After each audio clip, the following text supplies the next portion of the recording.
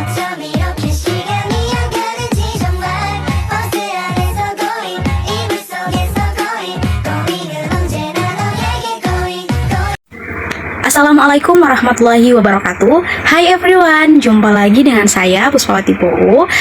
Minggu lalu saya sudah membahas materi mengenai dasar pertimbangan pemilihan media pembelajaran. Nah, kali ini saya akan membahas materi mengenai alasan penggunaan media pembelajaran. Nah, teman-teman simak video pembelajarannya dengan baik-baik ya. Oke teman-teman, poin yang pertama yang akan saya bahas atau yang akan saya jelaskan yaitu alasan penggunaan media pembelajaran sangat penting dalam meningkatkan belajar siswa. Nah, secara didaktis psikologis, media pembelajaran sangat membantu perkembangan psikologis anak dalam hal belajar. Dikatakan demikian sebab secara psikologis, alat bantu mengajar berupa media pembelajaran sangat memudahkan siswa dalam hal belajar karena media dapat membuat hal-hal yang bersifat abstrak menjadi lebih konkret atau menjadi nyata. Hal ini sejalan dengan yang dikatakan Rusian, yakni pada prinsipnya media itu dipakai dalam proses pembelajaran dengan maksud untuk membuat cara berkomunikasi yang lebih efektif dan efisien. Terkait dengan efektivitas penggunaan media dalam proses pembelajaran, Depdikbud menegaskan bahwa penggunaan media dalam proses pembelajaran dapat membangkitkan minat dan motivasi belajar siswa, mengurangi atau menghindari terjadinya verbalisme, membangkitkan nalar yang teratur, sistematis, dan untuk menumbuhkan pengertian dan mengembangkan nilai-nilai pada diri siswa. Nah, jadi teman-teman, pada intinya media pembelajaran ini memberikan efek yang positif pada peningkatan minat belajar siswa. Pembelajaran menjadi efisien dan siswa menjadi lebih mudah menyerap pembelajaran. Hal ini tentunya akan meningkatkan hasil pembelajaran dan tujuan pembelajaran akan lebih mudah dicapai. Selain itu, terdapat hal yang menjadi alasan penggunaan media pembelajaran untuk meningkatkan minat siswa, diantaranya yaitu yang pertama, siswa di sekolah dasar masih berpikir konkret. Sebuah hasil penelitian Encyclopedia of Education Research mengatakan bahwa pembelajaran dengan media dapat memberi nilai atau manfaat antara lain mengurangi verbalisme, menarik perhatian dan minat siswa, mendorong siswa untuk bertanya. Nah, materi yang dipelajari siswa dapat lebih menetap dan tidak mudah dilupakan. Selain itu, menumbuhkan kegiatan berusaha sendiri bagi siswa karena mendapat pengalaman yang nyata dalam belajar juga menjadi salah satu alasan perlunya diterapkan media pembelajaran dalam proses pembelajaran di ruangan kelas. Penggunaan media dalam proses pembelajaran juga dapat menimbulkan pikiran yang teratur dan kontinu, serta dapat membantu tumbuhnya pengertian dan perkembangan kemampuan berbahasa. Nah, kemudian poin yang kedua yaitu alasan didaktis psikologis. Secara didaktis psikologis, penggunaan media dalam setiap proses pembelajaran sangatlah dibutuhkan. Sebab dengan media konsep serta nilai-nilai yang bersifat abstrak dapat disederhanakan dalam bentuk visualisasi sehingga dapat dipahami oleh siswa. Selain itu, penggunaan media dapat melibatkan seluruh pribadi siswa, baik fisik maupun psikis, serta efektif terhadap segala tipe belajar, lebih-lebih bagi siswa yang memiliki tipe belajar campuran.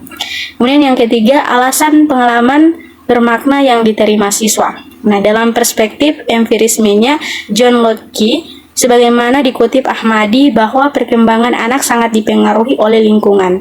Bahkan dalam pandangannya ini John Locke mengatakan bahwa manusia terlahir bagaikan kertas putih bersih yang belum ditulisi dengan pengalaman apa-apa.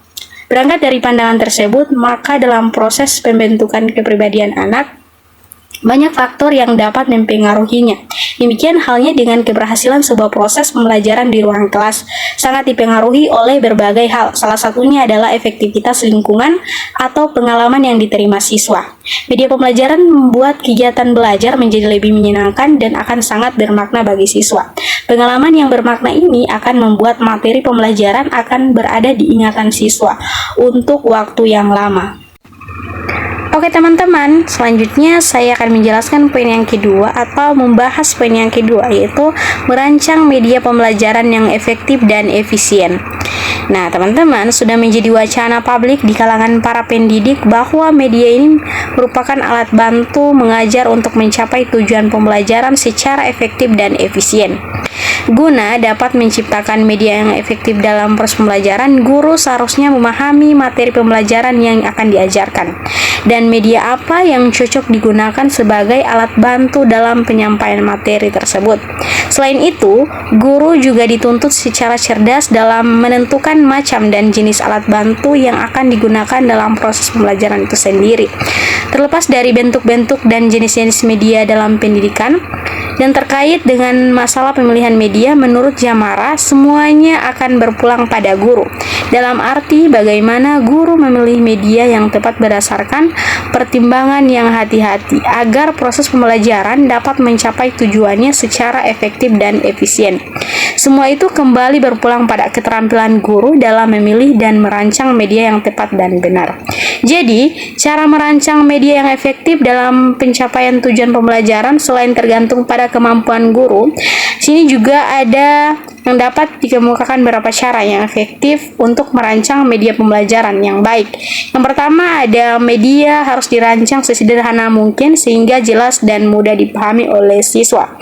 Yang kedua, media hendaknya dirancang sesuai dengan pokok bahasan yang akan diajarkan. Kemudian yang ketiga, media hendaknya dirancang tidak terlalu menjelimet dan tidak membuat anak-anak menjadi bingung. Selanjutnya yang keempat, media hendaknya dirancang dengan bahan-bahan yang sederhana dan mudah didapat, tetapi tidak mengurangi makna dan fungsi media itu sendiri. Dan yang terakhir, media dapat dirancang dalam bentuk model, gambar, bagan terstruktur, dan lain-lain, tetapi dengan bahan yang murah dan mudah didapat sehingga tidak menyulitkan guru dalam merancang media dimaksud. Nah teman-teman, itulah penjelasan poin yang kedua, yaitu merancang media pembelajaran yang efektif dan efisien. Nah selanjutnya saya akan membahas poin yang ketiga, yaitu implikasi penggunaan media terhadap pencapaian hasil belajar siswa, khususnya pada jenjang pendidikan dasar. Yang pertama, implikasi terhadap guru. Implikasi penggunaan media terhadap guru dapat berupa memudahkan dirinya dalam mencapai tujuan pembelajaran. Dikatakan demikian sebab dengan menggunakan media, guru tidak terlalu banyak menghafal materi yang akan diajarkan. Selain itu, dengan alat bantu mengajar atau media pembelajaran, guru dapat lebih terstruktur di dalam menyampaikan materi karena sudah dirancang sebelumnya dan sudah disediakan dalam bentuk media itu sendiri. Dengan demikian, jelas pembelajaran dengan menggunakan media dapat memudahkan guru dalam melakukan transfer pengetahuan dan pada gilirannya dapat mencapai tujuan pembelajaran secara efektif dan efisien. Bukan hanya itu, dengan menggunakan media, guru dapat lebih mudah mengorganisir materi pembelajaran, sehingga penyajian materi pelajaran dapat dilakukan secara sistematis dan terstruktur. Nah, kemudian yang kedua, implikasi terhadap siswa. Selain berimplikasi terhadap guru, penggunaan media dalam proses pembelajaran di ruang kelas ternyata berimplikasi pula terhadap diri siswa itu sendiri. Hal yang paling berdampak dan diinginkan adalah meningkatnya hasil belajar siswa dan tercapainya tujuan pembelajaran.